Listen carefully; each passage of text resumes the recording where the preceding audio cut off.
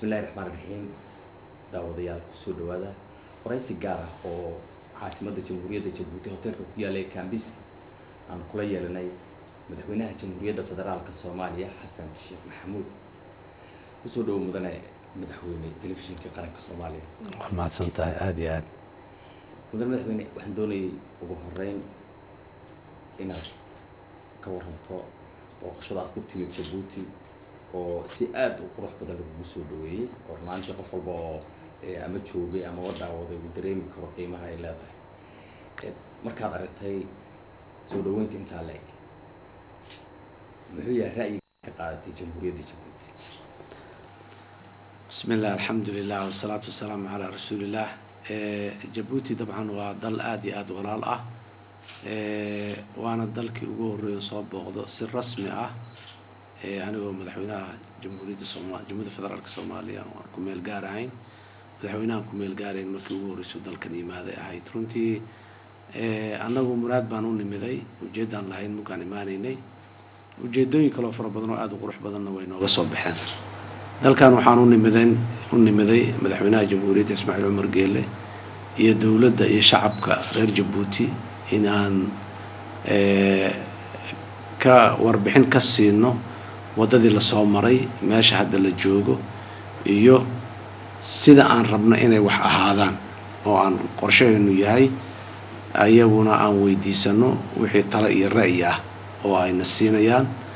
midda labaadna waxay ahayd inaan uga mahad celino wanaagii faraha badnaa ee dawladda iyo shacabka Djibouti ba ay Soomaaliya la soo garab taagnaayeen muddadii 22 sano ahayd ee dhibaatada Soomaaliya ka jirtay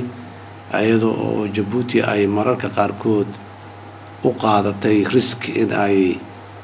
badbaadiso Soomaaliya awgeed marar badanna lagu cidleeyay oo kaligeed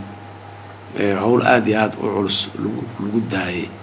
marka intaasna inaan garawsanahay ugana mahad celino na waxay ahayd hadafka labaad booqashada hase yeeshee waxa muhiimka ahay oo meesha nooga soo baxay waxay ahayd in ay noo noqoto indhafur aan ku indhafurnay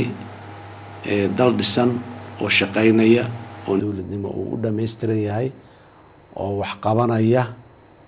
ayaan nimiday marka waxaan baranay oo aan aragnay hawshana sugaysa ee la doonaya inaan Soomaaliya ka qabanahay sida ay u taalo marka ay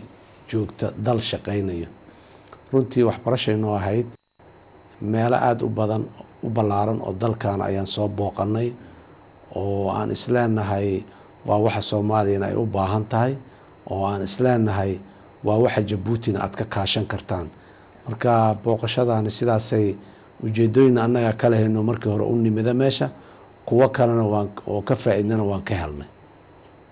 waqti madaxweyne saakay aroortii waxaad booqatay halka daljirka tahsoon aan naqaano Djibouti ay u taqaan baaleega oo lagu xasuusto halgamayaashii waddanka halka waxaad soo dhigtay muxuu ahaa fiyoore lagu xasuusanayo ama lagu weyneynayo dadkii dalkan xorriyadiisa u soo halgamay waxa kale oo booqatay goobo kale oo cajiib oo Djibouti horumar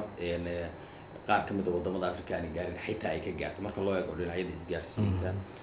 iyo dhinacyo kale oo ay ka mid tahay dekada weyn ee Djibouti labada dekadooda kala duwan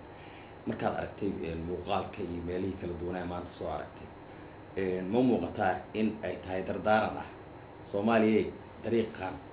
aan naga marnay soo mara si loo helo horumar Soomaaliya marka lacageeda isugu tagto oo lagu daydo oo kale ma saas weeyaan maxaan ku mid aan leeyahay waan ka faa'iidnay imaatankii aan nimid dalkan dekada iyo dekadaha Djibouti hadda shaqaynaya iyo kuwa mustaqbalka ee soo socda qorsheysan intaba waana la tusiyay waana loo sharaxay aad iyo aad ay wax aad loogu farxa u tahay wax qabadka dawladda Djibouti ee dalkan ay ka qabatay iyo waxa hadda ay la damacsan tahay oo u qorsheysan marka arin waaya aragnimo iyo wax ku qaadasho ay ahayd inaan intaas oo kale iyo inta ka balaaran anagu Djibouti waana